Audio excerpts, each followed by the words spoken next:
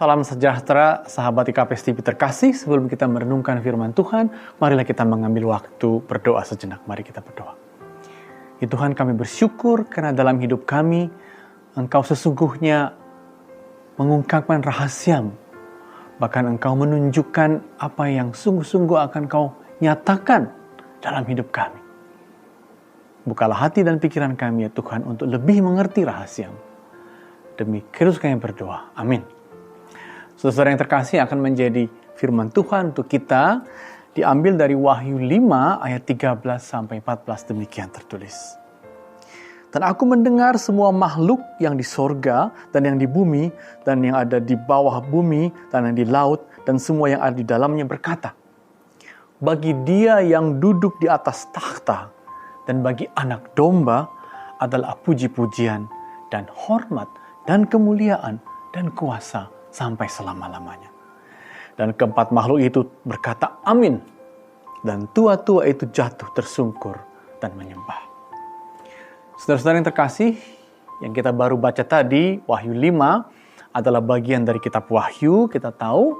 Dan kitab Wahyu ini adalah kitab yang berisikan penglihatan visi masa depan yang dialami oleh Yohanes saat dia dibuang di Pulau Patmos. Dalam visi itu, saudara-saudara, apa yang terjadi di masa depan, apa yang Tuhan rencanakan, dilihatnya. Sehingga kita perlu tahu apa rencana Tuhan di masa depan untuk kita. Dan pada Wahyu 5, Yohanes melihat visi yang menarik saat itu. Dia melihat ada 7 kitab yang dimeteraikan, dan tak seorang pun katanya yang mampu membukanya. Namun syukur katanya, muncullah seorang yang bisa membukanya sebab penting sekali untuk mengetahui isi kitab itu. Sebab isi kitab itu tentang rencana, tentang rahasia Tuhan dalam masa depan hidup manusia. Dan yang mampu mengambil kitab itu 7-7-nya dan membuka meteranya, saudara-saudara, ialah Anak Domba yang pernah disembelih, yaitu Kristus. Dan dia membacakannya, dan dia mengungkapkan rahasianya.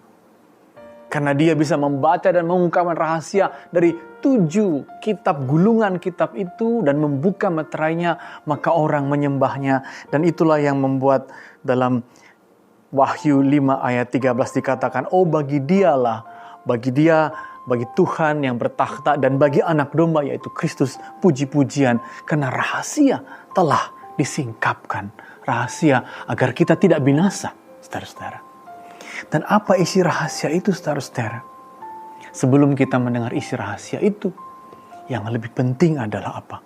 Adalah bahwa Anak Domba itu ya Kristus sendiri, dia yang akan menjadi yang sulung di depan untuk menunjukkan rahasia itu. Sebab dalam ayat 6 dikatakan bahwa dia diutus ke tengah-tengah dunia agar kita bersama dia yang sulung itu bisa menghadapi rahasia apapun. Betapa itu penting sekali bahwa rahasia itu akan dihadapi oleh Kristus dan kita bersama dia. Sehingga kita tidak takut seperti apapun nanti yang terjadi. Dan ketika dibuka, saudara-saudara, lembaran demi lembaran, meterai demi meterai, maka memang kita tahu bahwa rahasia itu tersingkap dengan mengatakan bahwa memang pada gulungan kitab 1-5 ketika dibuka ada 4 penunggang kuda yang memang menunjukkan kengerian, yang memang mendatangkan banyak malapetaka, yang memang mendatangkan banyak ketidakadilan, kengerian, dan kita dapat menyaksikan kuda-kuda itu seolah-olah di tengah-tengah kehidupan kita merangsek, melalah luntukkan.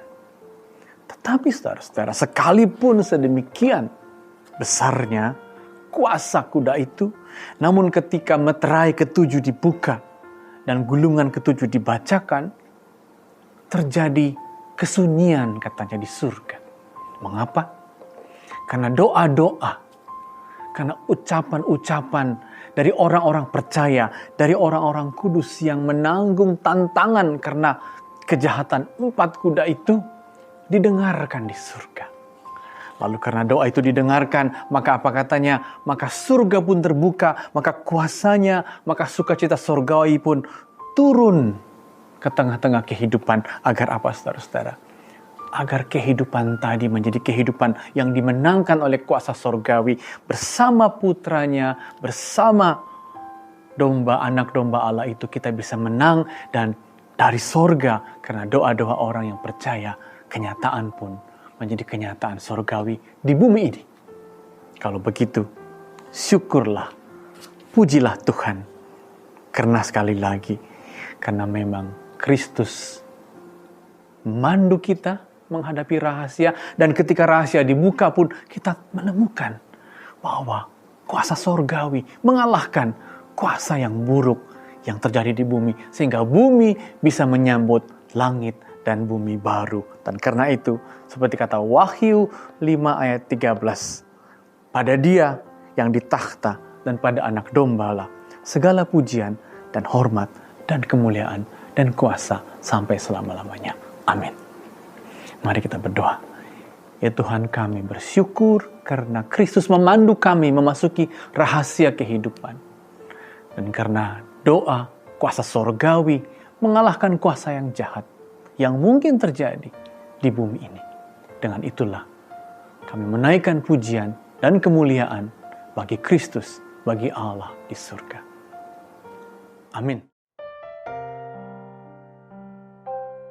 Ku kagum hormat akan Engkau, ku kagum hormat akan Engkau, Kau Allah yang layak dipuji, ku kagum akan Engkau.